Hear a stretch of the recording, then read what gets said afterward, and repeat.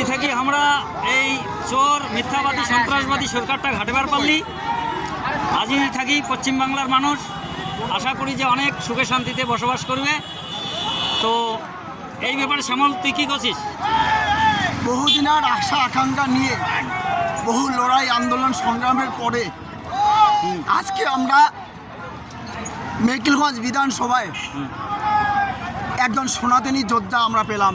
হ্যাঁ, সেই হিন্দু সনাতনী বন্ধু ভাই দাদা বাবা মা কাকু কাকিমা সকলের আশীর্বাদ আজকে মেকিলগঞ্জ বিধানসভায় নতুন করে আমাদের রাম রাজত্ব তৈরি হওয়ার লক্ষ্যে আমরা পুনরায় যে বিগত দিনের ঐতিহ্য সাংস্কৃতিক যে নেতাজি সুভাষচন্দ্র বসু রবীন্দ্রনাথ ঠাকুর কাজী নজরুল ইসলাম যেসব আমাদের বীর সৈনিকরা ছিল সেই সৈনিকদের ঐতিহ্য এই চোর সরকার এই মেকিলিগঞ্জের অঙ্কিতার বাবা পরেশ অধিকারী বিগত দিন থেকে আমরা দেখেছি নেতাজির নাম করে লক্ষ লক্ষ টাকা আত্মসাৎ করেছিল।